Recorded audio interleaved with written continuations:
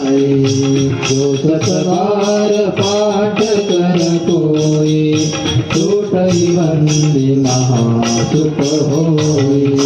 जो यह पढ़े हनुमान चालीसा होय सिद्ध साखे गौरेसा। तुलसीदास सदा हरि तेरा कीजे हाथ हृदय हमारा। पवन तनय संकट हरना मंगल मूर्ति रूप। राम लखन सीता सहित हृदय बसहु सुरभूप। सियावर रामचंद्र की जय, उमापति महादेव की जय। बोलो भाई सब संतन की जय, पवन सुत हनुमान की जय।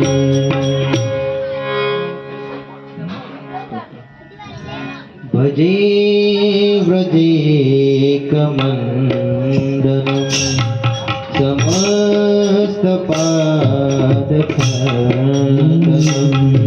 सुभक्त चित्तरंजनम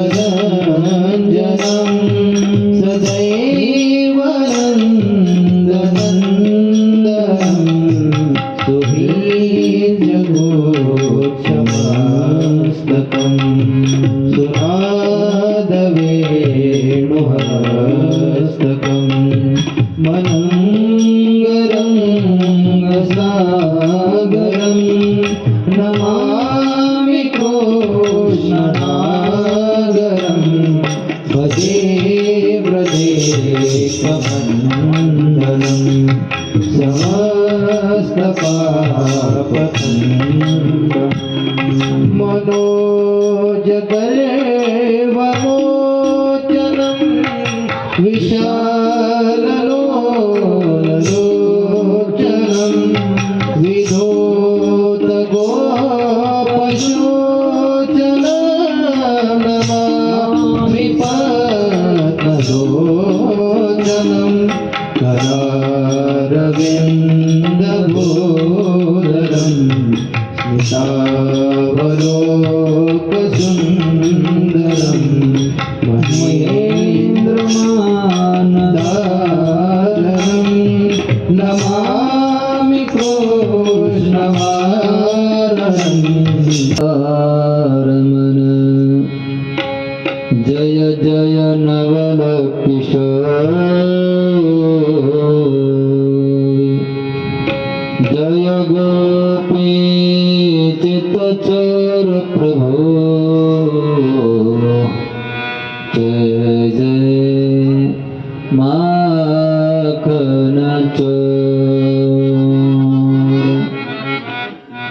श्री राधे राधे गोविंद गोविंद राधे राधे राधे गोविंद गोविंद राधे राधे राधे गोविंद गोविंद राधे। श्री राधे राधे गोविंद गोविंद राधे गोविंद राधे। गोपाल राधे गोविंद राधे गोपाल राधे। गोविंद राधे गोपाल राधे गोविंद राधे गोपाल राधे। राधे राधे गोविंद गोविंद राधे राधे राधे गोविंद गोविंद राधे।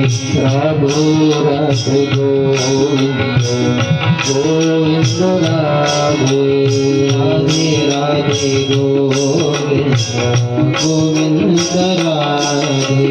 गोविंद राधे गोपाल राधे गोविंद राधे गोपाल राधे।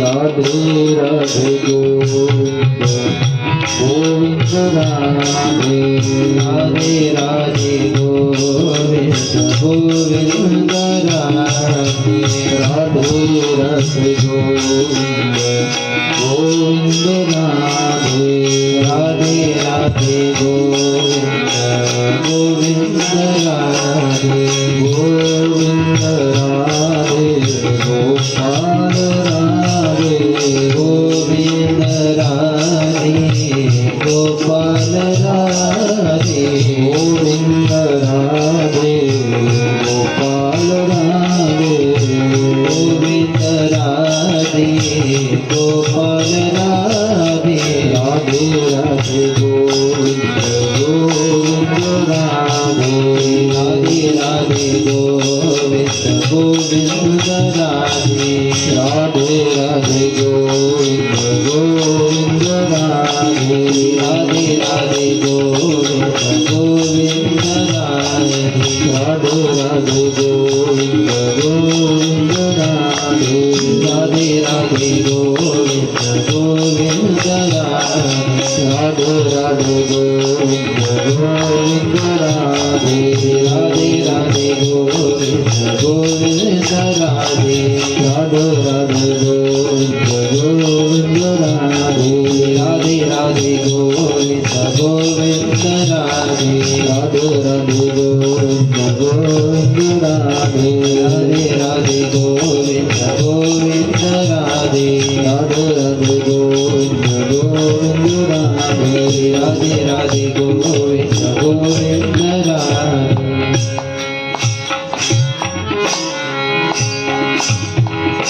बोलिए गोपाल कृष्ण भगवान की जय राधा रानी की जय श्रीमद् भागवत महापुराण की जय ओम नमः पार्वती पतये हर हर महादेव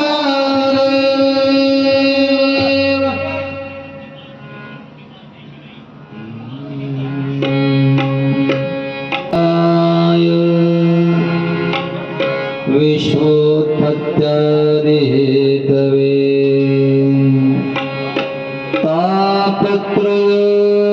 तापत्रयनिवासाय श्रीकृष्णाय वयं नुमः यं प्रव्रजन्त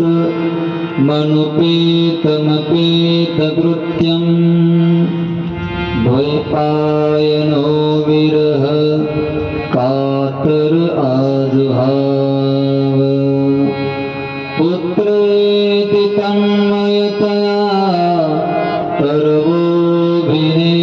सर्वोऽभिनेदुः तं सर्वभूतहृदयं मुनिमानतोऽस्मि भवानी शङ्करो वन्दे श्रद्धा विश्वासरूपिणो याभ्यां विना न पश्यन्ति सिद्धा शान्तस्तमेश्वरम् वन्दे बोधमयं नित्यं गुरुं शङ्कररूपिणम् यमाश्रितो हि वक्रोऽपि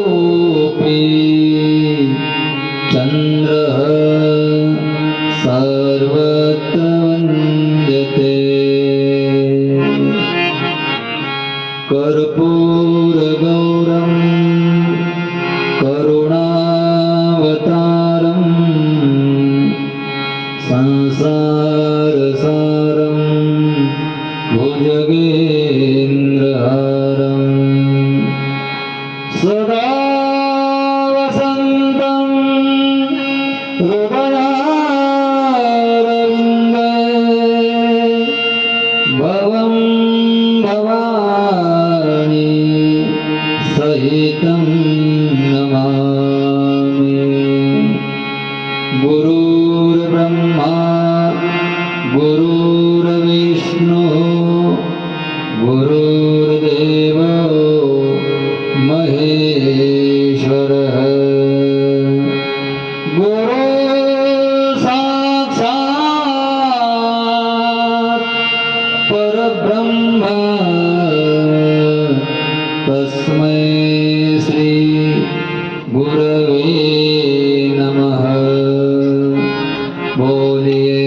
सद्गुरु भगवान की जय। शुकदेव भगवान की जय। हा संस्कृत आहे. संस्कृताचा एक एक श्लोक वाचणं समजणं फार कठीण असतं, कळत नाही. आणि या संहितेचं पारायणही इथं होत आहे. अतिशय सुंदर आहे. श्रीमद भागवताचे श्लोक एक एक महामंत्र आहे. या महामंत्रांचं यथायोग्य उच्चारण जर झालं तर भगवान श्रीकृष्ण इथे नांदत असतो. या भागवतामध्येच भगवान कृष्ण आहे, बाकी कुठे वेदाने गायला आहे. निर्गुण आहे, सगुणही आहे, पण ब्रह्माने सांगितलं की या श्रीमद भागवत ग्रंथामध्ये भगवान कृष्ण आहे. तोलयामास ब्रह्मा, ब्रह्माने अशी घोषणा केली. म्हणजे असं दुर्लभ अति दुर्लभ श्रीमद भागवत आहे. आणि हातवे गावामध्ये पहाडी प्रदेशामध्ये हे भागवत होत आहे. शक्यतो या भागामध्ये भागवत कथा होत नाही, झाल्या नाही. कधी कान्याकोपऱ्यामध्ये झाली असेल तर भगवान जाणे. बनेश्वरला झाले, पण बनेश्वरमध्येही तेवढं वेळ कमी. इथे वेळ थोडा जास्त आहे. मराठवाड्यामध्ये भागवत कथा सारख्या होतात. हजारो लोक कथेसाठी असतात. दुपारी 2 ते 5, 2 ते 6, 1 ते 5, 4 तास कथा असतात. पण इकडे पुणे जिल्हा पाहिला वेळ लागतो. मनही तेवढं निश्चल करण्यासाठी इच्छा लागते. तर या परिवाराच्या निमित्ताने, आयोजनाने आणि भागवत कथेचं प्रयोजन काय आहे? काहो कशासाठी भागवत कथा करता? यापासून तुम्हाला पाहिजे काय? असा प्रश्न यजमानांना आदरणीय चंद्रकांतजी जुगधर यांना मी केला. तर बोलले काही नाही, माझ्या सगळ्या इच्छा पूर्ण झालेल्या आहेत. मला हे सत्कर्म सकाम करायचं नाही, निष्काम करायचं आहे. वा वा, केवळ मला कथा ऐकायची बस. आणि असं अंतःकरण जिथं असतं तिथे भगवान विशेष कृपा करतो. काही नको आहे, केवळ करायचं आहे ही सदिच्छा. आणि मग या सदिच्छेला भगवंताची कृपेची जोड मिळाली. म्हणून हा सत्संग इथे आलेला आहे. भागवत कथा श्रवण केल्यावर होतं काय? तव कथामृतम तप्त जीवनम कविभिरीडितं कल्मषापहम्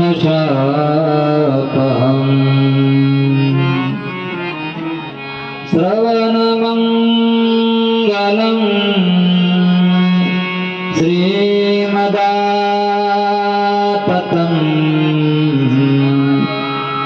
भुवि गृह्णन्ति ते भूरिदा जनाः.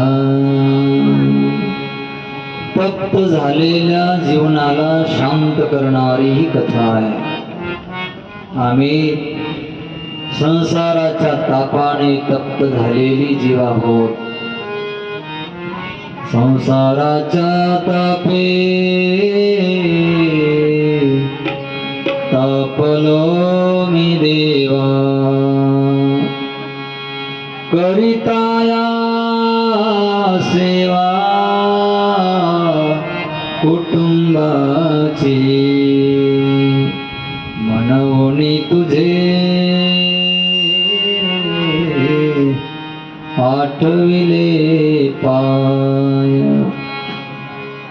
कोणाला गृहकार्याचे नाना जंजाल आहे, कोणाला रोग आहे, कोणाला मानसिक पीडा आहे, कोणाला विकाराने त्रस्त केला आहे. अशा तप्त जीवनाला शांत करणारी ही कथा आहे. यावं सगळ्यांनी बसावं, शांत मनाने भगवत कथा ऐकावी. फळ मिळेल, समाधान, शांती, विश्राम, आराम मिळेल. आम्ही बऱ्याच कथा कीर्तन ऐकले, पण ऐकण्याची विधी ऐकायला आल्यावर आपल्या पायातली पादत्राणं आपण बाहेर काढतो. तसं कथेमध्ये आल्यावर डोक्यातली 2 पादत्राणं बाहेर काढायची.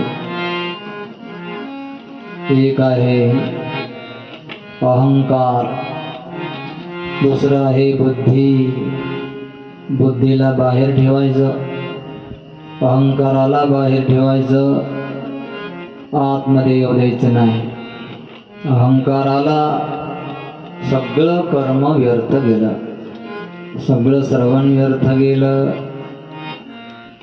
बुद्धीला आणलं तर बुद्धी तर्क करणार, असं कसं आहे, हे कम सांगितलं, ते कसं आलं, असं बुद्धी म्हणेल.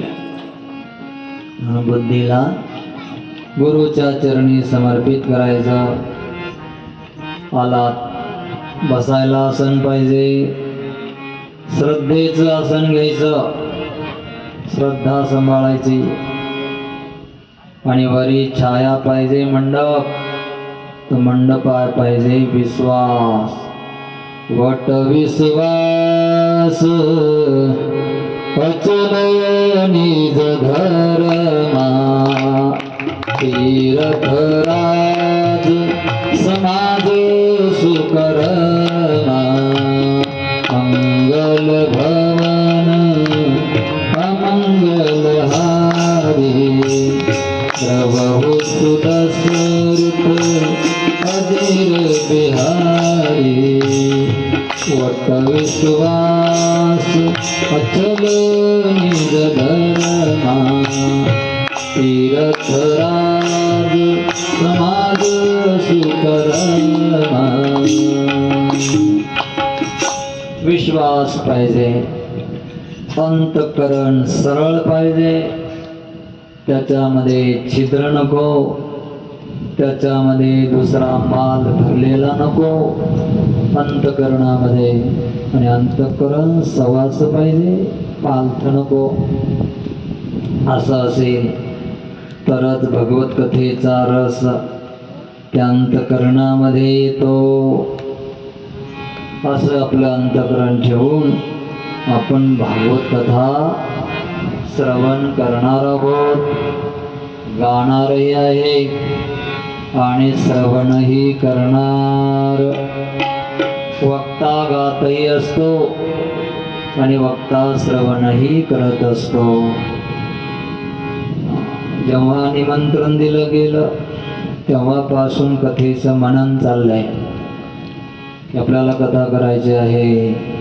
पुण्य सुरू झालं तेव्हापासून, आयोजन करणारालाही तेव्हापासून कथा डोक्यामध्ये आली, कसं करायचं, काय करायचं. त्यांनाही पुण्य लाभ झाला, वक्त्यालाही झाला आणि पुन्हा आत्ता ऐकायला आलेले माणसं आहे त्यांनाही कथेचा लाभ. 3 फायदे होतात कथेच्या आयोजनामुळे.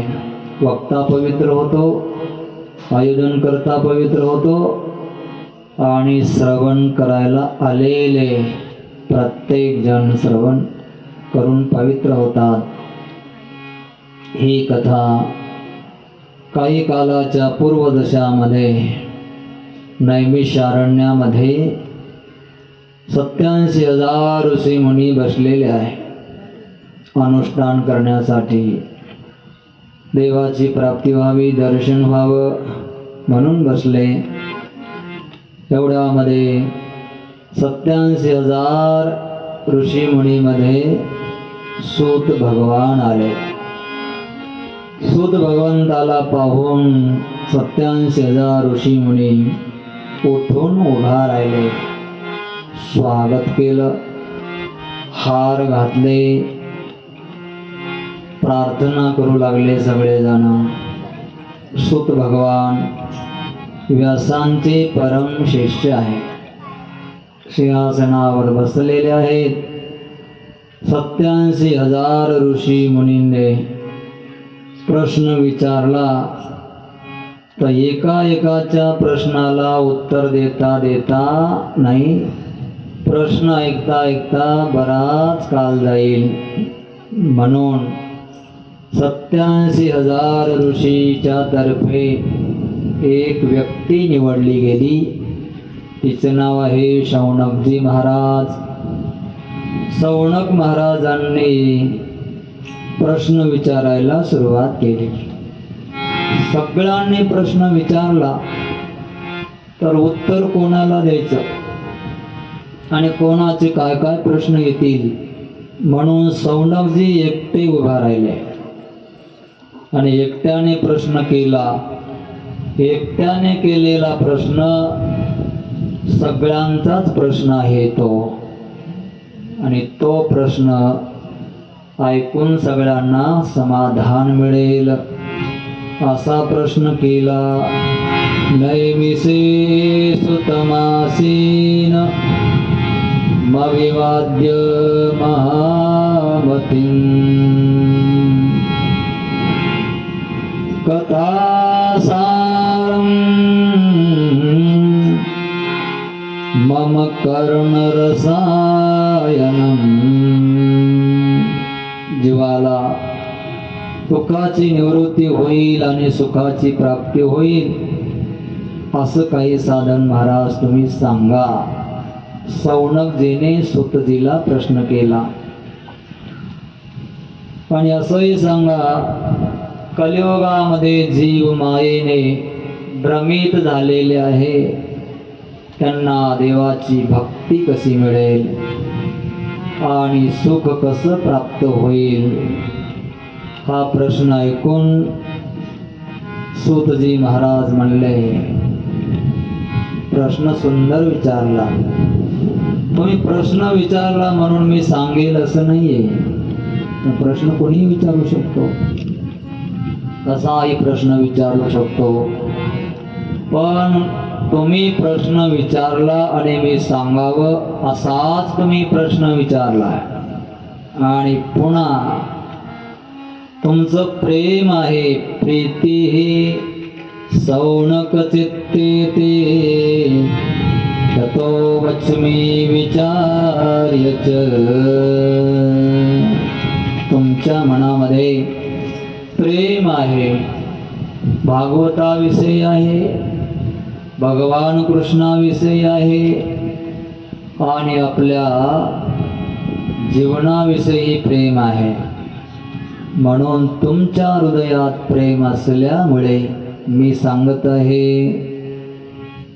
ज्याविषयी प्रश्न विचारला, दुःखाची निवृत्ती कशी होईल आणि सुख कसं प्राप्त होईल, माया निराश कसा होईल, भक्तीची प्राप्ती कशी होईल हा प्रश्न विचारला, सांगणार. आणि तुमच्यामध्ये प्रेम आहे, देवाविषयी प्रेम आहे, पुन्हा आपल्या आत्म्याविषयी प्रेम आहे, भागवताविषयी प्रेम आहे. म्हणून त्या सगळ्या तुमच्या 2 प्रश्नाचं उत्तर आहे. कृष्ण भक्ती ही ततः सारः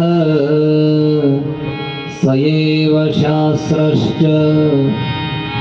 शास्त्रांचं सारही तेच आहे आणि जीवनाचं सारही, कल्याणाचा मार्गही, सुखाचा मार्गही कृष्ण भक्ती आहे. या कृष्ण भक्तीला प्राप्त केल्यावरच सगळ्या गोष्टी होणार आहे. हे कृष्ण भक्ती भागवतामध्ये आहे. हे भागवत व्यासांनी सांगितलेलं शुकदेवाला ते सुतजी महाराज सौनकजीला सांगतायत. एकदा परीक्षिते कथां वक्तुं, परीक्षितीला कथा सांगण्यासाठी शुकदेव भगवान विराजमान आहे. देवलोकांना कळालं, देवलोक खाली आले. जिथे मंडप होता त्या मंडपाच्या शेजारी दारावर येऊन उभा राहिले. शुकदेव सिंहासनावर आहे. हा लांबूनच बोलले. सुखम नत्वा वदन सर्वे. सुखदेवाला प्रणाम केला आणि बोलले, परीक्षितीला तुम्ही कथा सांगत आहात आणि मृत्यूच्या भीतीने ऐकायला बसलेला राजा आहे. हे कथारूपी अमृत तुम्ही मला जर दिलं आम्हाला तर आम्ही स्वर्गातलं अमृत राजाला देऊ. त्यावेळेला सुखदेव भगवान त्यांना कथारूपी अमृत देत नाहीत. का बरं? शुकदेवाला तर पुरुष आणि स्त्री, माणूस अभेद नव्हता. तर त्यांनी देवाला आणि मानवाला यांच्यामध्ये भेद का केला? परीक्षितीला कथामृत सांगत आहेत तर मग त्या देवांना द्यायला पाहिजे होतं ना, पण नाही दिलं. कारण आहे त्याचे 3 कारण आहेत. देव स्वकार्य कुशला सुरा. स्वतःचा स्वार्थ साधण्यामध्ये देवता लोक कुशल आहे. जो स्वार्थ घेऊन येतो त्याला भक्ती रस मिळत नाही. पुन्हा विनिमय व्यापार बुद्धीने आले. हे घ्या आणि ते द्या असं नाही. तुम्ही शरण या, डायरेक्ट मिळेल. हे घ्या ते द्या म्हणजे स्वर्गातलं अमृत घ्या आणि कथा अमृत द्या. या विनिमय व्यापार बुद्धीने देवलोक आल्यामुळे भगवान शुकदेवाने त्यांना कथामृत दिलं नाही. पुन्हा अभक्ताश्चितांश विज्ञाय न ददौ कथामृतम. अभक्त होते ते काय भक्त नव्हते. शर्त काय दिली तर भक्त व्हावं, अभक्त नकोय. भक्त जर झाला तर भगवत कथा अमृत मिळतं. अभक्त झालं तर नाही मिळत. मग श्रीमंत असू द्या, मोठा किती असला तरी भक्त नसेल तर कथामृत मिळणार नाही. आणि भक्त जर तुम्ही झालात तर एकट्यालाही कथामृत मिळू शकता. 4 चौघ बसले, हात जोडून प्रार्थना केली, बाबा महाराज जरा एखादा प्रसंग सांगा ना, की लगेच सुरू होतं. तिथं स्पीकरची गरज नाही, काय नाही, सुरू झालं. भक्त झालं की कथामृत मिळतं. भक्त नसेल तर मिळत नाही. कितीही प्रयत्न करा नाही सापडणार. म्हणून देव लोकांना कथामृत दिलं नाही. का नाही दिलं लक्षात आलं का? 3 कारणामुळे नाही दिलं. एक, स्वार्थ घेऊन आले. स्वकार्य कुशला सुरा, स्वार्थ घेऊन आले. दुसरं विनिमय बुद्धी व्यापार, हे घ्या आणि ते द्या असं नाही चालत. दुसरं अभक्त आहेत, ते भक्त होऊन नाही आले, लांब उभा राहिले. असं म्हणल्यावर कथामृत मिळत नाही. कथामृत मिळण्याचा अर्थ आहे आपल्या हृदयामध्ये ती आलं पाहिजे. देवाची आवड आहे. तर मग ते प्राप्त होतं. परीक्षितीला 7 दिवस कथा सांगितली, मोक्ष प्राप्त झाला. ब्रह्मदेवाला आश्चर्य वाटलं, अरे 7 दिवसामध्ये मोक्ष प्राप्त. येथे जपतपादी साधन केली तर हजारो वर्ष जातात, अनंत जन्म साधना करावी लागते, त्यावेळेला मोक्ष मिळतो. आणि हे तर 7 दिवसामध्ये मोक्ष. कोणताच भागवत आहे? आणा बरं भागवताचं पुण्य. भागवताचं पुण्य आणलं. ब्रह्मदेवाने तराजू घेतला, मोजायला सुरुवात केली. दान इकडं टाकलं, तप इकडे टाकलं, तीर्थयात्रेचं पुण्य टाकलं, बरंच काही, सगळे पुण्य एका तराजूमध्ये टाकले. आणि केवळ भागवताच्या कथेच्या श्रवणाचं पुण्य एका तराजूत टाकलं. ज्या तराजूत पुण्य ठेवलं, बाकीचे सगळे हलके भरले. आणि मग ब्रह्मदेवाने सांगितलं, यामध्ये भगवान श्रीकृष्णाचं तेज आहे, त्याच्यामध्ये तेज आहे. या भागवतामध्येच कृष्ण आहे. एक श्लोकाचा अर्थ तुम्ही जर घरी पाहिला शोधून, त्याच्यामध्ये कृष्ण सापडेल.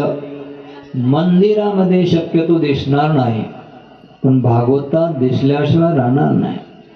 असा हा कृष्ण इथं आहे. ब्रह्माजी सूतजी महाराज म्हणले, हे जे भागवत कथा आहे, पहिले नारायणाने ब्रह्मदेवाला सांगितली, ब्रह्मदेवाने नारदांना सांगितली, नारदाने व्यासांना सांगितली, आणि व्यासाने शुकदेव भगवंताला सांगितले. या भागवत कथेच्या श्रवणाची विधी नारदाने व्यासांना सांगितली. पण नारदाने कोणापासून ऐकलं? बोले नारदाने सनकादी महर्षीपासून श्रवणाची विधी ऐकली. कधी हो? केव्हा? 7 दिवस नारदजी एका जागेवर बसले का? नारदाला दक्षाचा शाप आहे.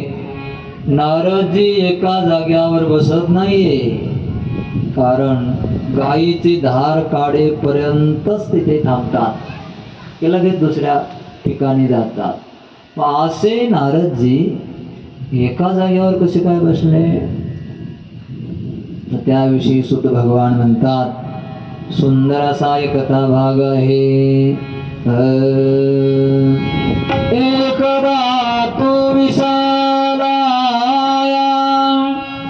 चत्वार ऋषयो मला सत्संगार्थं समायातास तत्र ददृशो नारदम्.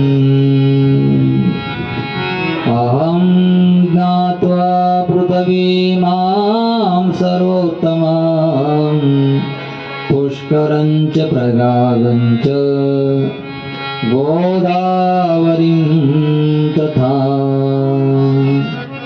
एक सुंदर कथा भाग आहे याविषयी. नारदाने 7 दिवस कशी कथा ऐकली याविषयी.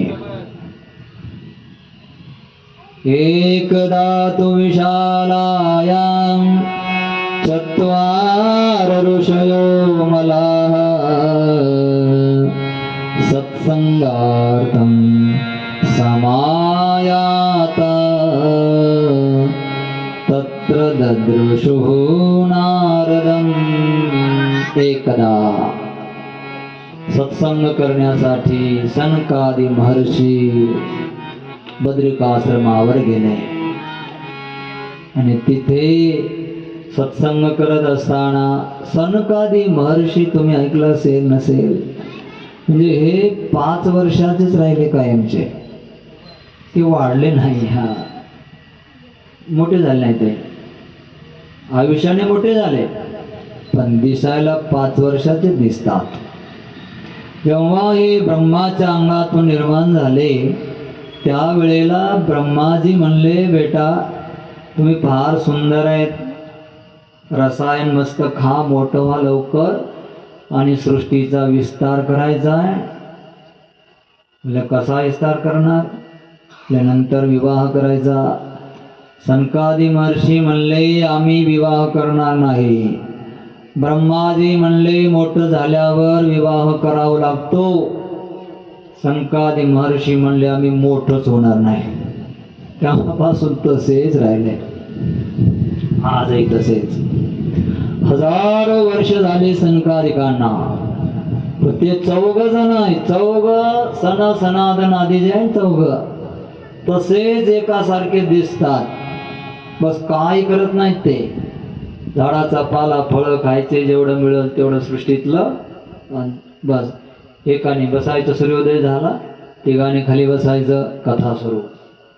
हो, कधी कैलास पर्वतावर जातात, कधी धर्तीवर येतात, कधी एकांतामध्ये, कधी नैमिषारण्य, कधी द्वारकामध्ये. अदृश्य ते कलियुगामध्ये दिसत नाही, फिरत राहतात ते. हे सनकादी महर्षी बद्रिकाश्रमावर गेले. तिथे थोडस सत्संगार्थम समायाता, सत्संग करण्यासाठी गेले ते एकांतामध्ये. मग तिथे नारदजी गडबडीने चाललेले दिसले, विना गळ्यामध्ये, जलद गती, दीनमुख झालेले आहेत, उदास दिसतोय चेहरा. नारदांना पाहिलं यांनी की नारदजी दीनमुख कथम कुत्र यातः, दीनमुख आणि कुठं चाललात तुम्ही? एवढ्या जलद गतीने का पळत आहात? काय कारण आहे? थांबा नारदजी, बोला. नारदजीने पाहिलं, म्हणले एक कारण आहे. सगळी नारदाने कथा सांगायला सुरुवात केली. अहम तो पृथ्वीं यातो नात्वा सर्वोत्तमामिमां, पुष्करञ्च प्रयागञ्च काशीं गोदावरीं तथा सेतुबन्धं रामेश्वरम् एवमादितीर्थासु भ्रमयाण इतस्ततः. मी, नारदजी सांगतात सनकादिकांना, मी पृथ्वीला सर्वोत्तम जाणलं आणि म्हणून खाली फिरायला आलो. तसं पृथ्वी ही सर्वोत्तमच आहे, उत्तम आहे पृथ्वी. बाकीच्या ग्रहापेक्षा सर्वोत्तम म्हणलंय ना, लिहिलंय. सर्वोत्तम म्हणजे कोण? सर्वांपेक्षा श्रेष्ठ. कोणापेक्षा? ग्रह जे आहेत ना अनंत, नक्षत्र तारा हे ग्रह आहे, चंद्र ग्रह आहे. अशा सगळ्या ग्रहामध्ये पृथ्वी श्रेष्ठ आहे. या श्रेष्ठ पृथ्वीवर मी फिरत आलो.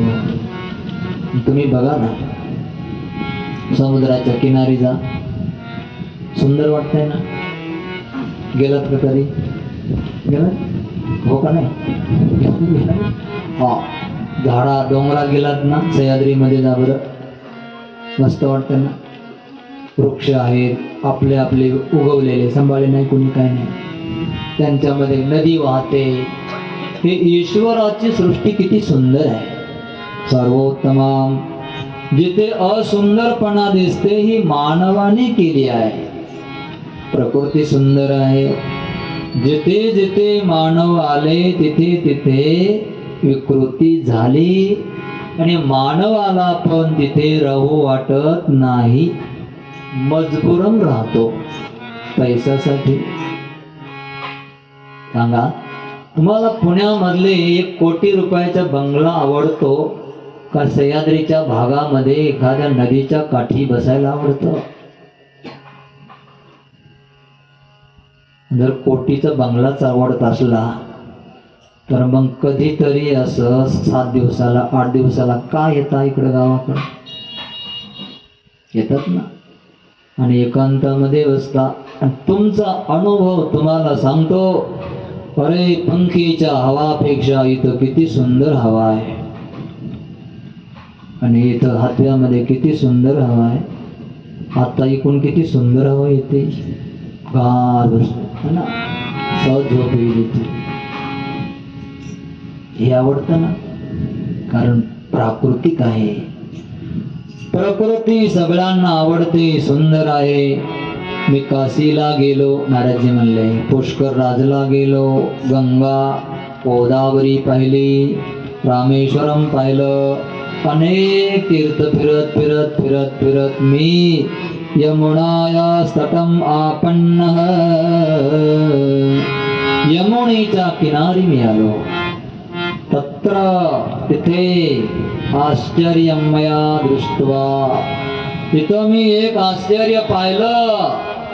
ऐका, सुंदर कथा आहे. मी एक आश्चर्य पाहिलं यमुनेच्या काठी. तिथे एक स्त्री आपल्या 2 महिना मुलांना अचेतन अवस्थामध्ये घेऊन बस पडलेले मुलं आहेत आणि रडते. 2 तिची मुलं होती. मुलं वृद्ध झालेले आहेत आणि स्त्री तरुण आहे. बघा, उलट आहे. स्त्री तरुण आहे, मुलं म्हातारी आहेत. नाराजी म्हणतात, तिथं मी आश्चर्य पाहिलं, आई तरुण आहे, मुलं म्हातारी आहे. मी तिच्याकडे पाहिलं, तिने माझ्याकडे पाहिलं. लगेच ती बोलली. तिला आशाचे किरण जागे झाले. तिच्यापाशी काही स्त्रिया होत्या, बाकीच्या बऱ्याच तिला समजून सांगत होत्या, सांत्वना करत होत्या, पण तरीही तिचं दुःख जात नव्हतं.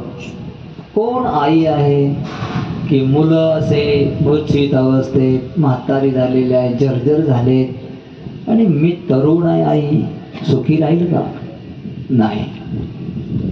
ती बोलली स्त्री, भो भो साधो क्षणं तिष्ठ मच्चिन्तामपि नाशय, भवता दर्शनेन दुःख शांतिर्भविष्यति. हे साधो, जरा एक क्षणभर थांबा. तुमच्यासारख्याच्या दर्शनाने आमच्या दुःखाची शांती होईल. भवता दर्शनेन. तुम्ही एक जरी वाक्य बोललं ना तर आमचं जरा समाधान होऊन जाईल. नारद म्हणतात, मी तिथे गेलो. तिने मला जवळ गेल्यावर मी पाहिलं मुलांकडे तिच्या. विचारलं, अरे कोण आहे 2 पुरुष आणि या स्त्रिया कोण आहेत, तू कोण आहेस? ती बोलली, अहम भक्तिर्विख्याता. आणि हे 2 जण ज्ञान वैराग्य मम पुत्र तनयोच. हे ज्ञान एकाचं नाव वैराग्य आहे. हे माझी 2 मुलं आहेत. माझा जन्म द्रविड देशामध्ये झाला आणि मी तिथून चालत चालत महाराष्ट्रामध्ये मुलांना घेऊन आले. महाराष्ट्रामध्ये थोडी भक्ती आहे म्हणून मी थोडी तिथं राहिले. पुढे गुजरातमध्ये आले तर पाखांडी लोकांच्या द्वारा माझे अंग खिन्न भिन्न झाले. ते सोडलं आणि मी वृंदावनामध्ये आले. वृंदावनामध्ये आले तर मी तरुण अवस्थेला आले आणि ही 2 माझी मुलं वृद्धावस्थेला प्राप्त झाले. ज्ञान आणि वैराग्य जीर्ण शीर्ण आहे. ही म्हातारी झाली कलियुगात. कोणापाशी ज्ञान आहे? काही नाही. वैराग्य कुठं आहे? वैराग्यही नाही. अच्छा, मग तुझं दुःख या मुलांच्या दुःखामुळे आहे. हो, असं का? नारदजी, साधू आहात तुम्ही जर जरा प्रयत्न केला तो माझी मुलं जरा तरुण होतील, त्यांना चेतना येईल. त्यांना जर चेतना आली, तरुण जर झाले, तुम्हाला आनंद वाटेल. माझ्यावर कृपा करा. नारदजी म्हणले, काय हरकत नाही. ज्ञानापाशी गेले, वैराग्यापाशी गेले. त्यांच्या कानामध्ये गीतेचा पाठ केला, उपनिषद सांगितले, ब्रह्मसूत्र सांगितले, वेदांत सगळा सांगितला. थोडस ज्ञानाला आणि वैराग्याला जागृती आली. थोडेसे उठून बसले. नारदाला बरं वाटलं. वा, माझा प्रयत्न सफल झाला. थोडस बाजूला झाले. पुन्हा अळुका पिळुका दिला दोघांनी. केलं. पुन्हा मना टाकलं. तसं सकाळी म्हणते आई, अरे उठ उठ बाळा उठ, शाळेत जायचे, आंघोळ कर. कस तरी आईच्या आवाजाने बाळ उठतं. थोडी आई बाजूला गेले की परत पडलं. ज्ञान वैराग्य परत झोपी गेले. तसं होतं. या नारदाच्या उपदेशाने, ब्रह्मसूत्राच्या पाठाने, गीतेच्या पाठाने थोडं बहुत ज्ञान आपल्या हृदयामध्ये येत नाही असं नाही, येत. पण थोडासा सत्संग बाजूला झाला की पुन्हा जैसे थे. कथा ऐकल्यावर असं वाटतं यार चांगलंय बरं का, तुळशीची माळ घालायला पाहिजे, चांगलं राहायला पाहिजे, तंबाखू गुटखा सोडायला पाहिजे. पण साधू बाजूला गेले, कथा संपली की पुन्हा मायेचा जंजाळ सुरू होतो. जागृती मिळत नाही. म्हणून म्हणलंय ना, पुन्हा पुन्हा सत्संग करा, पुन्हा पुन्हा संतांच्या मुखातून कीर्तन हरिकथा ऐका. आणि विशेषतया कीर्तन कथा ऐका. कथेने माणूस एकदम बनला जातो. त्याचं फाउंडेशन तयार होतं. पायाभरणी होते कथेमध्ये, पक्की होते इमारत झाली. तर नारदजीने विचार केला, माझ्या सांगण्याने ज्ञान वैराग्याला जागृती आली, पण पुन्हा आळसामध्ये येऊन झोपी गेले. तो उपाय केला पाहिजे. हे भक्तिमय्या, बाकीच्या स्त्रिया कोण आहेत त्या? ते गंगा यमुना सरस्वती आदी तीर्थ आहेत, या सगळ्या तुझ्यासाठी आल्या. हो, मला जागृती देण्यासाठी आल्या, सांत्वन करायला आल्या, पण काही मला उपयोग होईना. याचा अर्थ असा आहे, तीर्थादी भ्रमण जरी केलं तरी ज्ञान वैराग्य आणि भक्तीला आनंद देऊ शकत नाही. म्हणजे नारदाच्या मुखातून तुम्हाला ऐकावं लागेल काहीतरी श्रवण. म्हणजे भ्रमंती केल्याने, परिपक्व झाल्यावर भ्रमंती करा, पण भ्रमंती केवळ केल्याने देव कळत नाही, भक्तीचं स्वरूप लक्षात येत नाही, ज्ञान आणि वैराग्य समजत नाही, येतच नाही. खरं सांगावर, मी पंढरपूरला गेले, 24 तास लाईनीत उभा राहिला, पांडुरंग दर्शन घेतलं. किती वेळ समाधान वाटतं?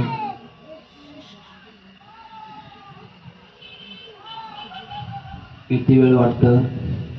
मंदिराच्या बाहेर जाऊस तर झालं, दर्शन झालं, आता चला पळा, एसटी घ्या, एसटी घ्या, पळा. पण तेच तुम्ही एखाद्या सत्संगामध्ये गेले, 4 तास बसले, बरं वाटलं, समाधान, आनंद, काय सांगितलं, किती चांगलं वाटलं. फारच असं माणसाने राहायला पाहिजे हो. मधुर वाटलं, त्याचा परिणाम कायमचा राहतो. आणि एखाद्याचं जीवन बनलं असं वाटत नाही, हा पहिला माणूस दारू पिणारा होता. असे हजारो माणसं आमच्या जीवनामध्ये पाहायला मिळतात. ते बदलले, एवढे सेवक झाले. नारदाच्या वाक्याने हे झालं, पण झोपी गेले ज्ञान वैराग्य. नारदजीने विचार केला, माता जरा तू थांब, मला विचार करू दे. रात्रभर नारदाने विचार केला. ज्ञान वैराग्याला जागृती द्यायची आहे आणि भक्तीला आनंद द्यायचा आहे. काय केलं पाहिजे? चिंतन करत राहिले. सकाळ झाली, पुन्हा काही समजेना. आकाशवाणी झाली. नारदजीला सांगितलं, नारदजी, ज्ञान वैराग्य आणि भक्तीला, आनंद तरुणपणा या दोघांना आणण्यासाठी तुम्हाला सत्कर्म करावं लागेल. सत्कर्म सूचको न्यूनम. सत्कर्म करावं लागेल. ज्ञानयज्ञ स्मृतो बुधैः श्रीमद्भागवतालाप शतगीतः सुखादिभिः. आणि या सत्कर्माचा अर्थ नारदजी तुम्हाला कोणी महात्मा सांगते. अंदाजाने आकाशवाणी झाली.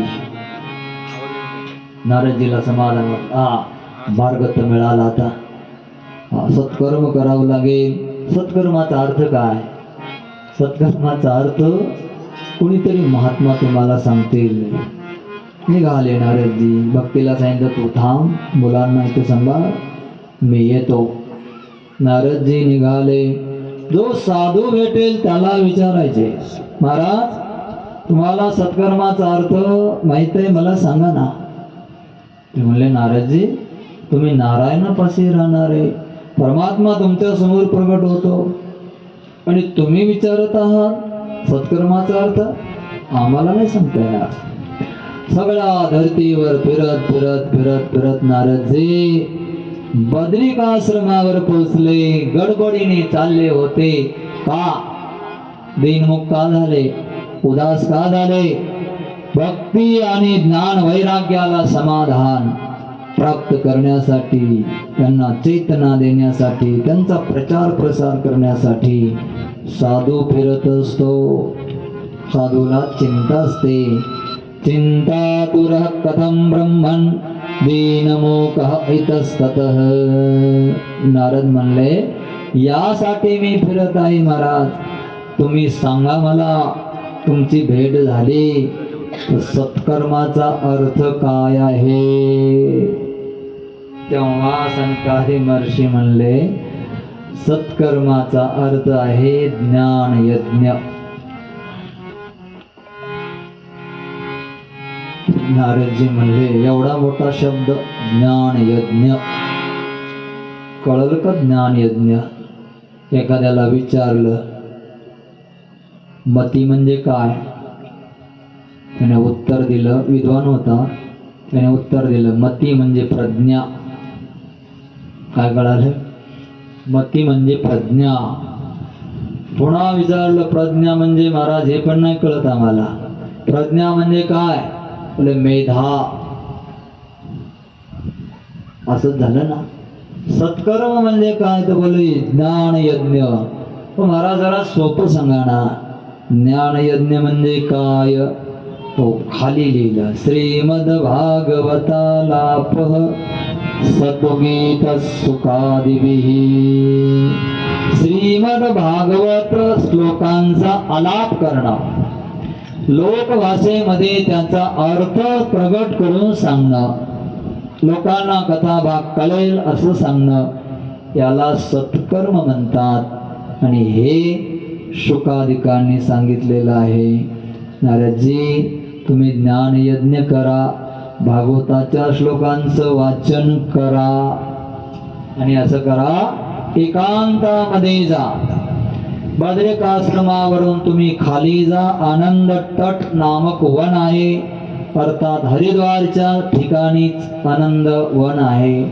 तिथे जाऊन यथा योग्य असणारा वक्ता त्याला बघा, शोधा आणि त्यांच्या मुखातून हे ज्ञान यज्ञ भागवताची कथा तुम्ही ऐका. तुम्हाला भक्ती आणि ज्ञान वैराग्य यांना समाधान होईल. नारदजी म्हणले, महाराज श्रेष्ठ वक्ता कुठे मिळायचा असा? तो असं करा ना, तुम्हीच चला. सनकादी महर्षी असले, वा नारदजी हुशार दिसताय, आम्हीच चला. ठीक आहे, आम्हाला पण तेच करायचं आहे, चला. 4 सनकादी महर्षी निघाले. नारदजी खाली आले, पत्रिका तयार केली, सगळ्यांना निमंत्रण दिलं. भृगुर वसिष्ठश्च वनस्य गौतमो मेधातिथी रामाख्यो व्याससुतो च जाजलेहि मंडुकपुत्राः सर्वे अपि सुरगणाः महर्षयश्च स्वस्त्रीभिः शिष्याश्च आपापल्या शिष्यासह स्वस्त्रियांबरोबर सकुटुंब सपरिवार सगळे लोक आले. ऋषी मुनी सुंदर असा भव्य दिव्य मंडप दिला गेला. सिंहासन बनवलं सुंदर आणि भृगु ऋषीने पाहिलं सगळे आले. ऋषी मुनी आले.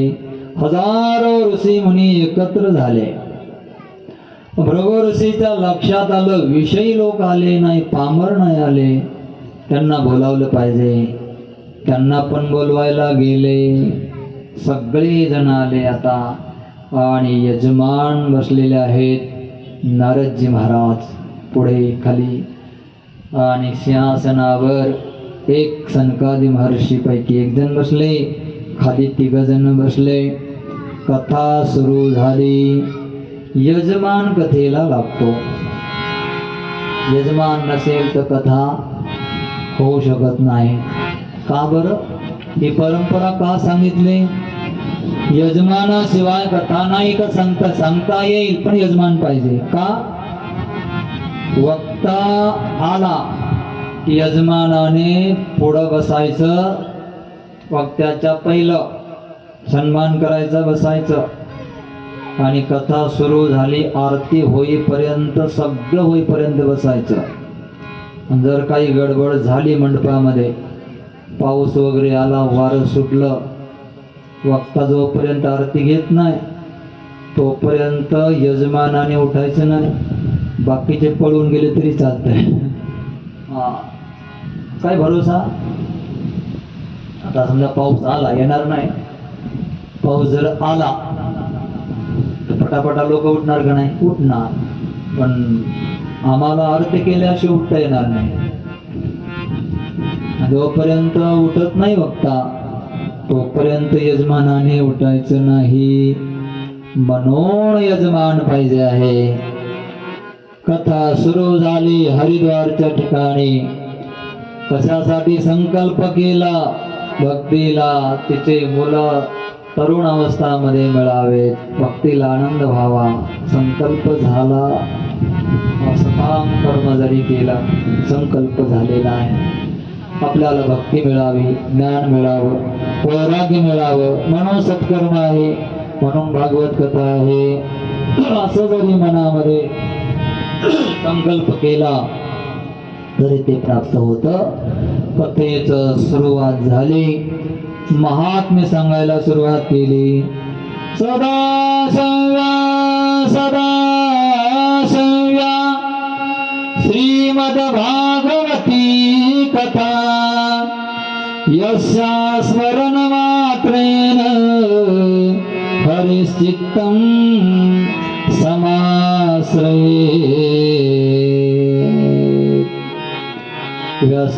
व्यासपीठावरून बोलले की सदाशिव्या नारदजी महाराज ही कथा सदा श्रवण करण्यासारखी आहे, सदा सेवन करण्यासारखी आहे, जीवनभर सेवन करण्यासारखी आहे.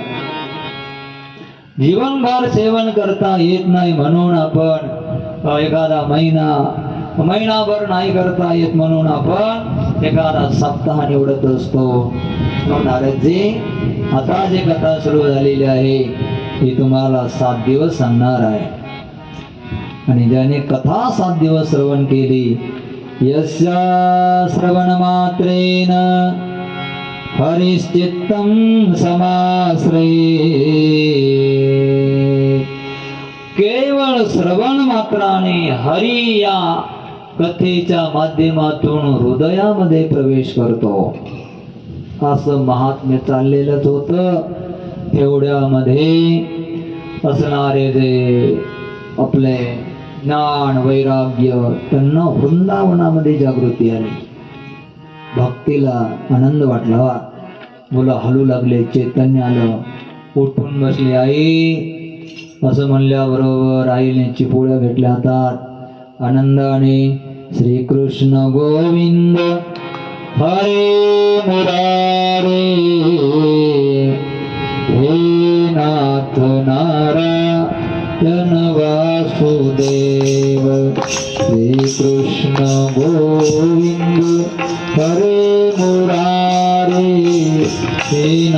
नारायण वासुदेव कृष्ण गोविंद हरे मुरारी नाथ नारायण वासुदेव श्री कृष्ण गोविंद हरे मुरारी नाथ नारायण वासुदेव हे नाथ नारायण वासुदेव हे नाथ नारायण वासुदेव हे नाथ नारायण वासुदेव हे नाथ नारायण वासुदेव हे नाथ नारायण वासुदेव हे नाथ नारायण वासुदेव हे नाथ नारायण वासुदेव हे नाथ नारायण वासुदेव श्री कृष्ण गोविंद हरे मुरारे हे नाथ नारायण वासुदेव श्री कृष्ण गोविंद हरे मुरारे हे नाथ नारायण वासुदेव श्री कृष्ण गोविंद हरे मुरारे हे नाथ नारायण वासुदेव श्री कृष्ण गोविंद हरे मुरारे हे नाथ नारायण वासुदेव निघाले भक्ती वृंदावनामधून मुलांना घेऊन दोन मुलं बरोबर आहे जिकडे कथा हरिद्वार मध्ये झाली त्या आनंदवनामध्ये मंडपापाशी येऊन व्यासपीठाकडे चालू लागले कोणीतरी म्हणलो कोण आहे श्री व्यासपीठाकडे चालली हजारो ऋषी मुनी बसलेले होते थांबवा असं बोलल्याबरोबर सनकादी महर्षीपैकी जे कथा सांगत होते त्यांनी पाहिलं आणि म्हणले ती सामान्य स्त्री नाही ती भक्ती आहे येऊ द्या तिला जवळ जवळ आली ती भक्ती ज्ञान वैराग्याला पाहून आनंद वाटला नारदजीला या भक्तीला आनंद दिला नारदजीने अशा प्रकारे 7 दिवस भगवत कथा श्रवण केली पण त्या दक्षाच्या श्रापाचं काय 7 दिवस कथा ऐकली नारदाने बसून श्राप दिलेला होता भ्रमंती कर म्हणून त्याचं काय झालं हल्ले हरी कथा ऐकायला बसल्यावर श्राप काही करू शकत नाही तुम्ही कथा ऐकायला बसला ना तुम्हाला काही जर विघ्न असेल काही करू शकत नाही तुम्ही कथा ऐका जशी कथा ऐकली भक्ती ज्ञान वैराग्याला जागृती आली नारदजीने विचारलं महाराज माझा प्रश्न आहे ही भगवत कथा कोणी श्रवण केली पाहिजे सगळ्यांनी जो मानव आहे त्यांनी श्रवण केले पाहिजे पामर असला तरी चालेल का हो शराबी मांस खाणारा आधी सगळं पाप करणारा चालेल एवढंच काय नारदजी पापकृत महापाप्याती पापी कितीही पापी असला आणि त्याने जरी भगवत कथा ऐकली तर त्याचा उद्धार होतो असाच एक पापी होता सांगतात संकादी महर्षी महात्म्यामध्ये भागवताच्या एक असा असणारा आत्मदेव नावाचा ब्राह्मण आहे त्याची विशेषता आहे त्याच्या जीवनामध्ये 4 गोष्टी आहे सर्ववेद विशारद वित्तवान पैसा त्याच्यापाशी आहे वेदशास्त्रामध्ये संपन्न आहे श्रोत स्मार्त कर्मेषु निष्णातः द्वितीय इव भास्कर तसा सूर्यनारायण एक आहे एका पृथ्वीसाठी तसा हा आत्मदेव ब्राह्मण श्रौत म्हणजे श्रुती कर्मामध्ये स्मार्त म्हणजे मनोवादी स्मृतीच्या क्रमामध्ये ग्रंथामध्ये तो एकमेव सूर्यासारखा विद्वान आहे. पुन्हा पैशावाला आहे, पुन्हा भिक्षुक भिक्षा मागणार आहे. पैशावाला जरी असला तरी वृत्ती त्याची भिक्षाची आहे. तो भिक्षा मागतोय, 4 घरं घेऊन आपला निर्वाह करतोय, मधुकरी करतो. सर्व वेद विशारद आहे. आणि त्याच्या घरी एक पत्नी आहे. तस्य प्रिया धुंदुली स्मृता, त्याची भार्या धुंदुली आहे. धुंदुली नाम आहे तिचं.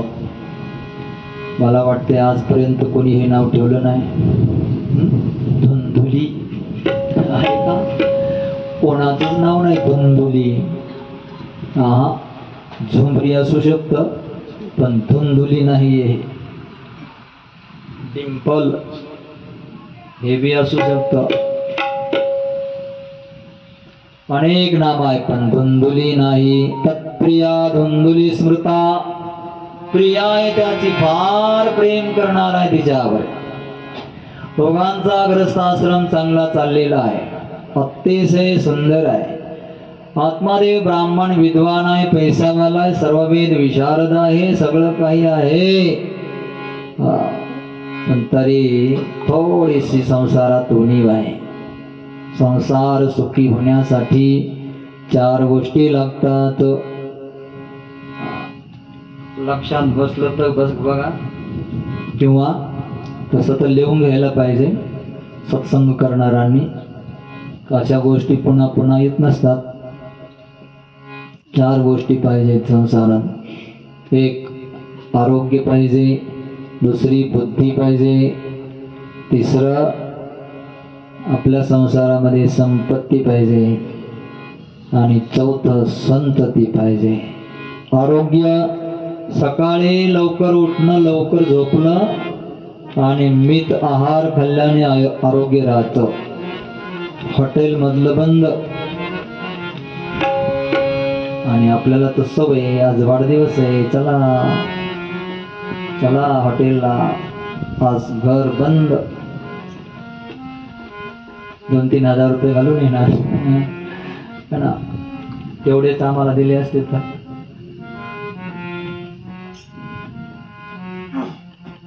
मसाला बनवणारा कसा, त्याचे कपडे धुतले का नाही, कधी घाम आलेला त्या भाजीत पडला, परत म्हणणार किती चांगली झाली भाजी. अशी घरी नाही होत. घरी कशी होईल, त्याच्या घामाची टेस्ट त्याच्यामध्ये पडली.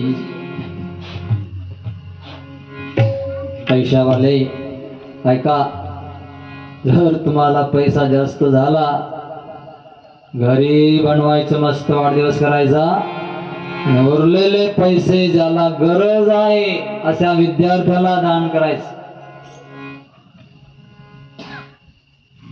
एखाद्या विधवा स्त्रीच्या मुलीच्या लग्नासाठी साचून ठेवायचे, गपचिप द्यायचे, नाव सांगू नको, असं करायचं. पैशाचा सदुपयोग करायचा. आरोग्य बिघडत नाही, विचार चांगले राहतात डोक्यात. आरोग्य सांभाळायचं. दुसरी बुद्धी आपली कलंकित होऊ द्यायची नाही. बुद्धी पाहिजे संसारासाठी. फारच काटकसरीने संसार करावा लागतो. आता ही गोष्ट मी सांगाव्या का? किती काटकसरीने करायचा असतो. पैसा कवडीने माग टाकत चलायचं. कोणाला सांगायचं नाही आपल्यापाशी किती बँक बॅलन्स आहे. तसं तुम्ही सांगणार नाही, विचारलं तरी सांगा बरं तुमच्यापाशी किती पैसे. कोणी सांगत नाही. पैसा पाहिजे. पैशासाठी उद्योग करण्याची वृत्ती पाहिजे. लाज नको आहे. पैसा कमवायला लाज कसली, लाज नको आहे. उद्योग वृत्ती पाहिजे, उत्साह पाहिजे. क्रिया विधित्वम उत्साहत्वम अदीर्घत्वम च संसिद्धी भवती तत्र, असं वाक्य आहे. संसिद्धी भवती तत्र, जिथे उत्साह आहे, क्रिया विधित्व आहे, पैसा कसा कमवायचा त्याची विधी माहीत आहे. पुन्हा अदीर्घत्वम, म्हणजे आजचं काम उद्या करू जाऊ द्या असं नाही करायचं. नाही नाही, आज गेले ना भोरला, आजच करायचं सगळं, उद्या नाही, आजच.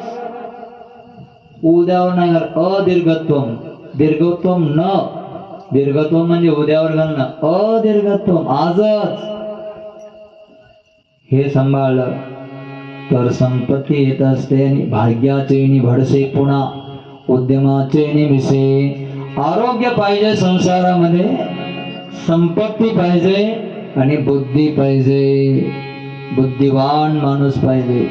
म्हणजे जास्त बुद्धिवान म्हणजे त्याला थोडी बुद्धी पाहिजे व्यवहार करण्याची सगळी. आणि पुन्हा संतती. आत्मदेवाच्या घरी या 3 गोष्टी होत्या. तो विद्वान होता, बुद्धी होती त्याला, पुन्हा पैसावाला होता, आरोग्य होतं त्याच्यामध्ये. तो फक्त संतती नव्हती, पुत्र किंवा कन्या नाही, म्हणून जरा दुःखी होता. पण तरी विद्वान असल्यामुळे समजून घेतलं त्याने. पत्नीला मात्र राहावलं नाही. पत्नीमध्ये 9 गुण होते, त्याच्यामध्ये 3 वाईट होते, नाही 3 चांगले होते आणि 6 वाईट होते. हे बुद्धीचं लक्षण आहे. हा विषय भागवताचा फार सुंदर आहे. प्रत्येकाची बुद्धी ही धुंधुली आहे, माणूस असो किंवा स्त्री असो. 6 गुण वाईट आहे बुद्धीचे आणि 3 गुण चांगले. सकुले, ते सत्कुलामध्ये जन्माला आलेले आहे. शूराच गृहकार्येषु, आपल्या कार्यामध्ये शूर आहे. कोण? बुद्धी. आपलं काम करण्यामध्ये बुद्धी हुशार आहे, असायला पाहिजे. सुकुलोद्भवा येते आणि तिला सुंदरता फार आवडते. बुद्धीला तुम्ही बघा, बुद्धीला सुंदरता आवडते. स्वच्छता जिथं असेल, घरदार टापटीपास तिला आवडते, तिथे बसणार ती. आणि जिच्या घरी सुंदरता स्वच्छता नसेल तर समजायचं हे थोडं बुद्धीचं लक्षण कमी आहे. इथं सुंदरता तिला आवडते. सुकुलोद्भवा सुंदरे शूराच गृहकर्तेषु, हे चांगले गुण आहेत तिच्यामध्ये 3. आणि बाकीचे जे 6 गुण आहेत ते जरा वाईट आहे. सौवाक्य स्थापिका, स्वतःच्या मताचं स्थापन करणारी ती आहे. कृपणा आहे ती, स्वतःच खरं करून दाखवणारी. सौवाक्य स्थापिका, कृपणा. लोक वार्तारता, लोकांच्या वार्तेमध्ये जास्त तिला रस आहे. काय चाललंय गावात, कोण कुठं गेलं, कोण कुठून आलं, काय होणार आहे, हे त्याच्यामध्ये तिला रस आहे जास्त. लोक वार्तारता, लोक वार्तामध्ये काय रस नाहीये. काय काय आहे त्याच्यात, व्यर्थ टाइम जातो आपला. मला तर आश्चर्य वाटलं त्या बाबांचं बरं का ताई. प्रेमानंदजी बाबा, ते पेपर वाचत नाही, मोबाईल वापरत नाही, त्यांना काहीच माहित नाही बाहेर दुनियाचं. कोणी त्यांना परिचय करून द्यावा लागतो.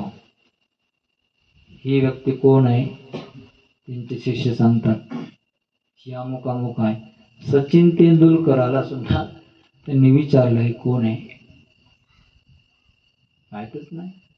दुनियादारीशी काय घेणं नाही. लोक वार्तारता न, लोकांच्या वार्ता काही काहीच तर व्यसन बनलं. पेपर वाचल्याशिवाय तर चहाच जात नाही पुढं. आणि मग ते मी ऐकलं ना बाबाचं, तेव्हापासून मी बातम्या बंद केल्या. आता थोडं युद्धाचं वातावरण म्हणून कुठं कुठं थोडं पाहतो की देश आहे आपला. काय होते त्याने, आपल्या बुद्धीमध्ये विकार निर्माण होतात.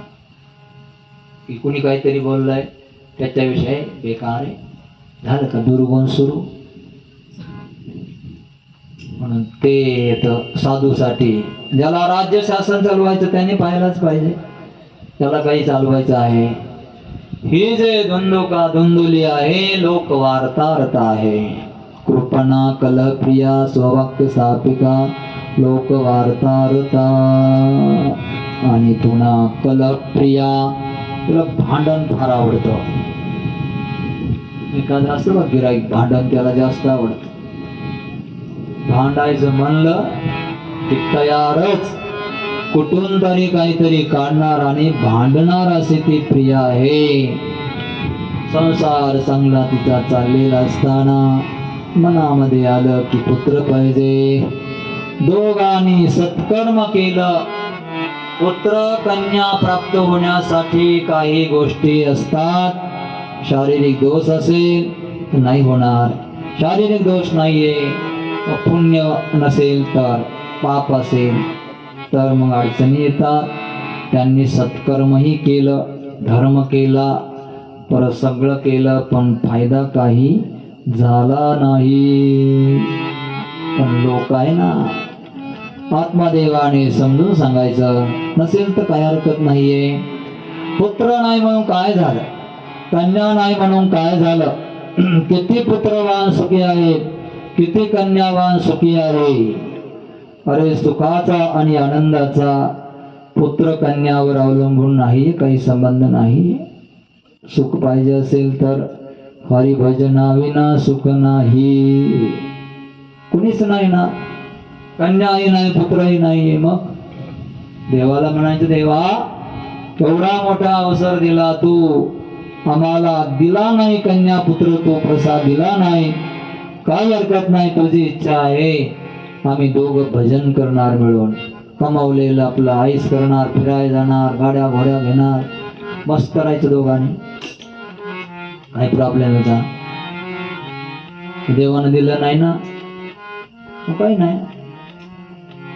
पण माणूस तसा राहत नाही. त्याला वाटतं नाही नाही, स्वर्गाला जाता येत नाही म्हणतात. म्हणतात का नाही? स्वर्गाला जाता येत नाही हो पुत्र नसला की. हे आहे शास्त्रामध्ये लिहिलेलं आहे. स्वर्गाला त्याला प्राप्ती होत नाही. पण ऐका, अरे असे हजारो स्वर्ग ज्याच्या नामामध्ये आहे, त्याचं नाम घेतल्यावर स्वर्ग मागे राहतात. पुढे वैकुंठाला तो जातो, हरिपाशी जातो. स्वर्गाला नाही जाणार, पण हरी त्याच्यापेक्षा मोठा आहे ना, तिकडे जातो तो. नक्की नाम हाती मोक्ष ऐसी साक्ष बहुतांशी, तिकडे जातो. त्याचं भजन करायचं. कोण मला नरकाला जावं लागतं पुत्र नसल्यावर? खोट आहे. नरकाला नाही, मोक्ष प्राप्त होतो. दोघांनी भजन करायचं. आत्मदेवाने समजून सांगितलं, अरे धुंदुली जाऊ दे, नाही पुत्र ना, आपण भजन करू, वेदाचं शास्त्राचं पठण करू, राहू मस्त. आनंद आहे आपल्या संसारामध्ये, पैसा आहे, सगळं काही गोष्टी आहे, मान सन्मान आहे सगळा.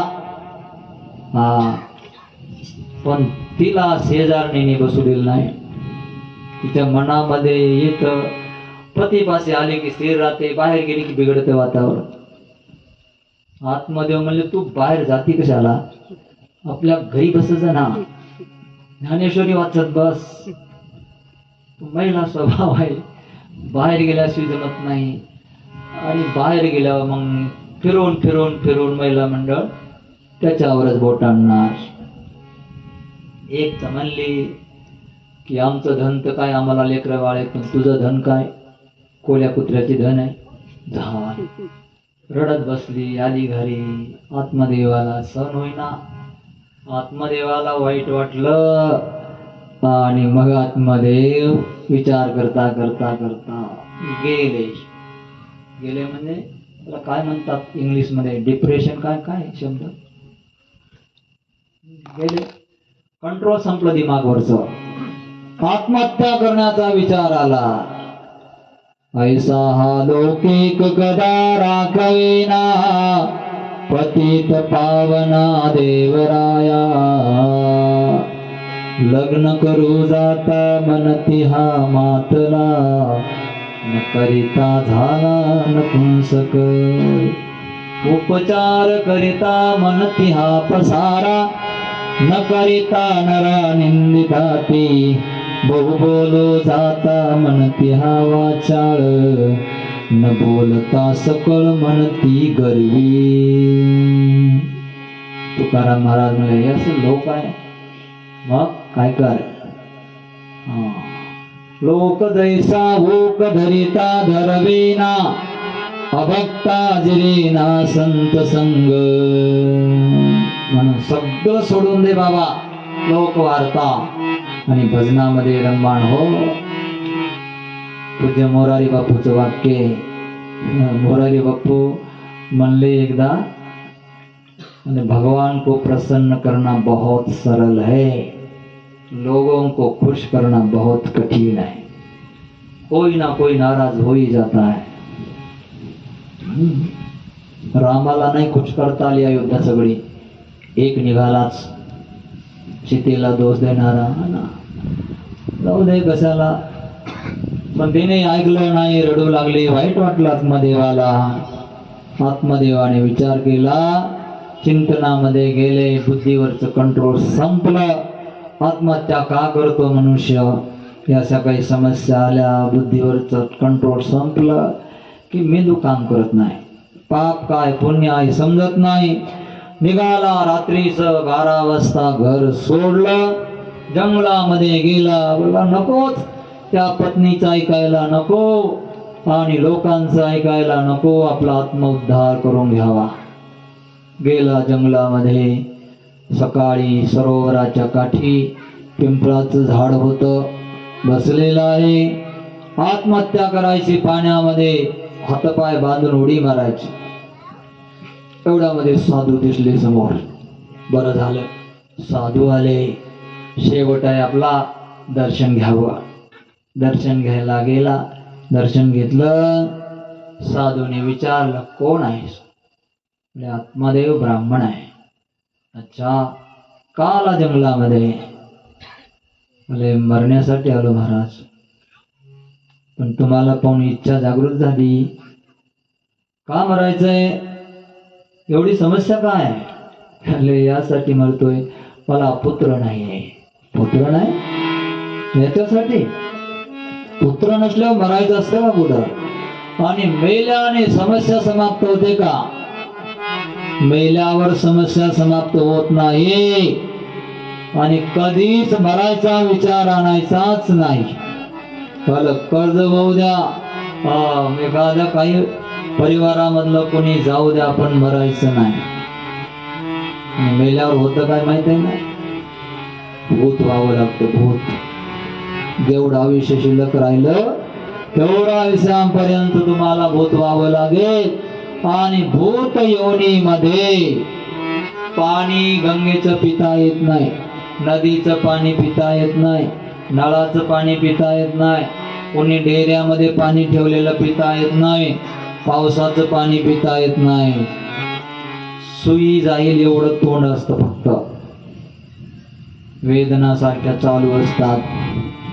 मग जे कोणी लोक बाहेर जातात ना शौच करण्यासाठी, उरलेलं पाणी टाकून दिलं जातं, ते पाणी भूताला पिता येतं. बाकीचं नाही. मरण्याचा विचार सोडून द्या. जर मरायचंच असेल तर उपाय सांगतो. गंगा यमुना सरस्वती प्रयागराज तिथे जा. तुम्हाला सांगतोय मी, जर कोणाला वाटलं असेल, जर मरायचा विचार डोक्यात आला, एक तर मरायचंच नाही, मारायचं दुसऱ्याला, पण मारायचं नाही म्हणा, मारायचं दुसऱ्याला, पण आपण मरायचं नाही. पण मरायचं भूत व्हायचं का? आणि जर मरायचंच असलं, गंगा यमुना सरस्वतीचा संगम आहे प्रयागराज, तिथे जायचं, नावेमध्ये बसायचं. गंगा एका बाजूने आली, यमुना एका बाजूने आली, संगमावर जायचं, आपल्या पायाला दोरी बांधून घ्यायची आणि नावाड्या देखत पाण्यात उडी मारायची. फक्त माझं नाव सांगायचं नाही. परत पोलीस मला मुक्त होणार, शबरी झाले. कशाला मरायचंय? समस्या कोणाच्या जीवनामध्ये नाही असा माणूस आहे का? जन्मालाच आला नाही. समस्या सगळ्यांच्या आहे. तबला वाजवणाऱ्याच्या जीवनात समस्या आहे, यांच्या जीवनात आहे, माझ्या जीवनात आहे, तुमच्या जीवनात आहे. जो देखे सो दुखिया बाबा, सुखिया कोई नहीं रे. जो देखे सो दुखिया बाबा, सुखिया कोई नहीं रे. जो देखे सो दुखिया बाबा, सुखिया कोई कोई नहीं रे. जो देखे सो दुखिया बाबा, सुखिया नहीं नहीं कोई रे. राजा दुखिया प्रजा दुखिया, दुखिया गर्भ रागी. जो देखे सो दुखिया बाबा, सुखिया कोई नहीं रे. जो देखे सो दुखिया बाबा, सुखिया कोई कोई रे. बरं झालं आत्मदेव ब्राह्मण, तुम्ही जंगलात आलात, माझी भेट झाली. तुम्हाला आम्ही मंत्र दीक्षा देतो. राम राम राम म्हणत राहा. तेज संसार वासना, संसाराची वासना सोडा आणि मंत्र दीक्षा घेऊन माझ्यापाशी राहा. तेव्हा आत्मदेव म्हणला, महाराज संन्यास व्हा म्हणता तुम्ही, संन्यासाची दीक्षा घ्या. संन्यास आश्रम वाळलेल्या पाचोळ्यासारखा आहे आणि ग्रस्त हा सरस लोके पुत्र पौत्र समन्वित. पुत्र पौत्र समन्वित असणारा ग्रस्त आश्रम हा सरस आहे, आनंदाचा आहे. संन्यासाश्रम मला नको आहे बाबा, तुमच्या बलाने मला पुत्राची प्राप्ती व्हावी, असं काही करा. पाय धरले, रडू लागला. साधूला दया आली. आंब्याचं फळ काढलं, घे तुझ्या पत्नीला खायला दे, चांगला पुत्र होईल. तो 5 नियम सांगितले. पत्नीला सांग 5 नियम सांभाळ म्हणून. सत्यम शौचम दया दानम एक भक्तम तु भोजनम. सत्य बोलायचं, दया करायची, पवित्र राहायचं, एका वेळेला जेवण करायचं नाही, नाही 1 द्रोणभर जेवण करायचं 3 टायमाला. दान द्यायचं. 5 नियम सांगितले. गेला, फळ दिलं पत्नीपाशी. देवी हे फळ घे, खा, आपल्याला सुंदर पुत्र होणार आहे. साधूने फळ दिलंय, तपश्चर्याचं फळ आहे. तिने ते फळ घेतलं, कुतर्क करत राहिली, उदास बसली आहे. हे नको फळ खायला. थोड्यामध्ये छोटी बहीण आली. बहिणीने पाहिला चेहरा, का ग का बसली उदास, काय झालंय? पतिदेव वनात गेले होते, फळ आणलंय, खा म्हणतात, पुत्र होईल. मला हे नको वाटतंय. असं एक काम कर, हे फळ आपण गाईला चारू. मला गर्व आहे, माझ्या घरी पहिले 9 मुलं आहेत, पण पैसा नाहीये. तू मला पैसा दे, मला जर पुत्र झाला तर तुला मी पुत्र देते. आणि तू जाहीर कर की मी फळ खाल्लं, गर्भवती आहे. दोघीमध्ये ठरलं. पण बघा, जिला 9 मुलं आहे तिच्या घरी पैसा नाही, जिला एकही नाहीये, पैसा भरपूर आहे, श्रीमंत आहे. असं आहे. कुठं चणे आहेत तर दात नाही, दात आहेत तर चणे नाही. विसंगती संसारामध्ये असते. चारलं गाईला फळ. काही काल गेला, बहिणीला पुत्र झाला. तिने आनंद दिला. या धोंडोलेने जाहीर केलं, मला पुत्र झाला. आत्मदेवाला आनंद झाला, आत्मदेवाने पेढे वाटले, बस बाजा लावला, नाचू लागला, गाऊ लागला. पुत्र कोणाला झाला? बहिणीचा पुत्र आणला. पण डोक्यातला पुत्र बसला ना, मला पुत्र झाला, मला पुत्र झाला, मला पुत्र झाला. पुत्र झाला नव्हता, पण डोक्यात बसलं पुत्र झाला. हेच आहे बस सुखाचा. डोक्यात समजायचं बस. हे जे दिसतात सगळे आपले भावाचे मुलं वगैरे हे आपलेच आहेत, समजायचं. आनंदाने राहायचं. घोषणा केली. हळूहळू हळूहळू 3 महिने गेले. गाईला जे फळ चाललं होतं तिला मुलगा झाला. विचित्र घटना घडली. मनुष्य झालं, पोरग झालं. फळ होतं ना साधूने दिल्याला. गाईसारखे कान आहे, डोळे गाईसारखे आहेत, हातपाय माणसाचे, शरीर माणसाचं. सगळं नाव ठेवलं धुंदुकारी, पहिल्या पुत्राचं त्या बहिणीच्या.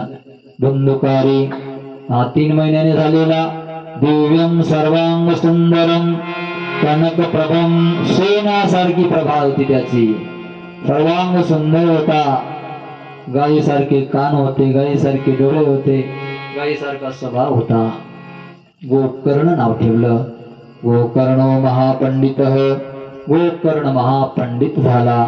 धुंदुकारी हा चांडाल, स्नान शौच क्रिया विहीन असा झाला. 4-4 कुत्रे पकडायचा, आणायचा. बारकाले पोरं पकडायचे, विहिरीमध्ये टाकून द्यायचे. जिकडे जाईल तिकडे झोपलेल्या माणसाच्या तोंडात साखर टाकायची. काहीतरी गडबड, मंदिरात जायचा, मूर्तीलाच काहीतरी करायचा. जाय तिकडे पिढी लोका, जोडी भांडवल तुमका, थोर झाला चुका, वर का नाही घातली. बाप श्रीमंत होता. सोन्याचा चौंड आहे, चौरंग आहे, सोन्याचे देव आहे, पूजेला बसलेला होता. त्याला व्यसन लागलं बंदुकारीला. पिऊन आलेला आहे, प्यायचा, चोरी करायचा. हे सगळं करता करता बापाला म्हणला, पिताजी पैसे द्या. पिताजी म्हणले, अरे बेटा, रोज तो पैसे घेऊन जातो, व्यसन करतो, तिकडे पार्टी वगैरे करतो, असा पैसा टिकत नसतो. काय म्हणता? पैसा द्या, पैसा. आवाज वाढवला पोराने.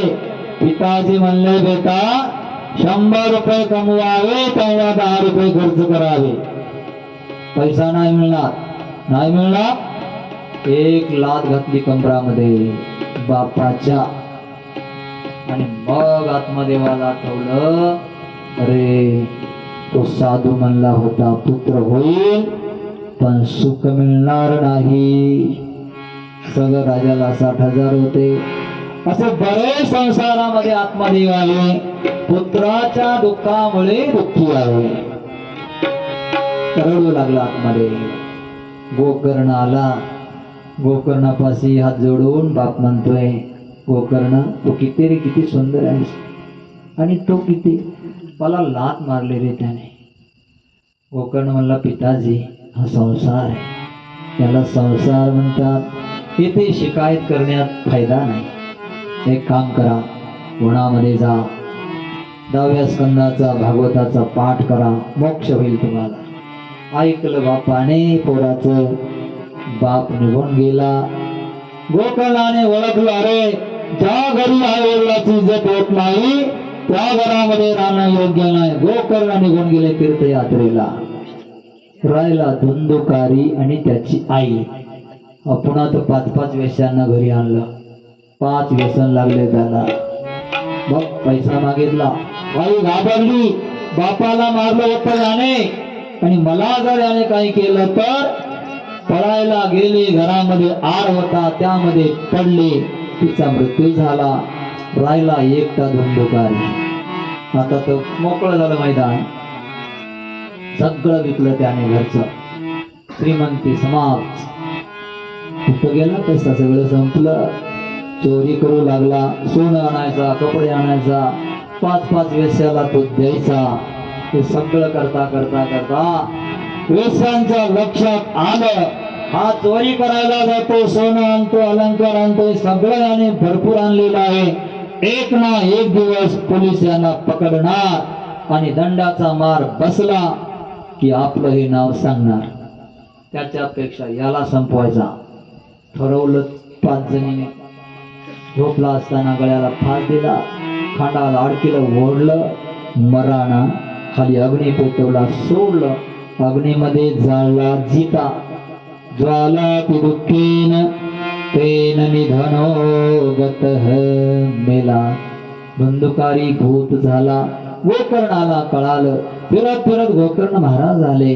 भिक्षा मागितले. आपल्या पडक्या घरासमोर बसलेल्या रात्रीचे 10 वाजले. तेवढ्यामध्ये हा बकरीच्या रूपामध्ये पुढे आला. भूत झालेला म्या करू लागला. पाहायला गेले गोकर्ण कोण आहे. लगेच घोडा झाला. परत राजाचं रूप दिसलं. परत हत्ती दिसतोय. कोण आहे. हातामध्ये पाणी घेतलं, अभिमंत्रित केलं, तिकडं फेकलं. लगेच बोलायला सुरुवात केली. अहम भ्राता त्वदीयोस्मी बंधुकारी ते नामतः. भैया, अरे मी तुझा भाऊ आहे. बंधुकारी माझं नाव आहे. स्वकीय नैव देशेन मी माझ्या दोषाने ब्रह्मत्वनाशितम मया ब्राह्मणत्व मी समाप्त केलं आहे. माझा उद्धार कर. अरे तुझ्यासाठी तर मी गयामध्ये श्राद्ध केलं. बंधू, गयामध्ये श्राद्ध केल्याने माझा उद्धार नाही होणार. बरोच मी पाप केलेला आहे. अनंत पाप माझ्याकडून झालेलं असल्यामुळे काहीतरी प्रयत्न कर बंधू. ठीक आहे, तू थांब, इथेच थांब, रात्रभर थांब, विचार करतो. सकाळी विद्वानांची सभा भरवली. सूर्याची उपासना केली. सूर्याने सांगितलं सप्ताह वाचनम करो. 7 दिवस भागवत कथेची संहितेचं वाचन करा. मग ते वाचन सुरू केलं. वाचन सुरू करत असताना गोकर्णाने या धुंधुकारीला भूताला एक खांब रवला वेळूचा. त्याच्यामध्ये बसवला. अभिमंत्रित केलं. कारण भूत कथेमध्ये येत नसतं. भूत गावात फिरत असतं. कथेत भूत येत नाही. मग त्याला मंत्राने बसवलं. तिथं बांधला गेला. पहिल्या दिवसाची कथा झाली. दुसऱ्या दिवसाची कथा झाली. आरती झाली. 3रा 4था 5वा 6वा 7 दिवस झाले. आणि जसा वेळ फुटला, दिव्य पुरुष निर्माण झाला. बोलिए गोकर्ण महाराज की जय. गोपाल कृष्ण भगवान की जय. ओम नमः पार्वती पतये. हर हर महादेव. आजची कथा इथे समाप्त होते. पुढे सुंदर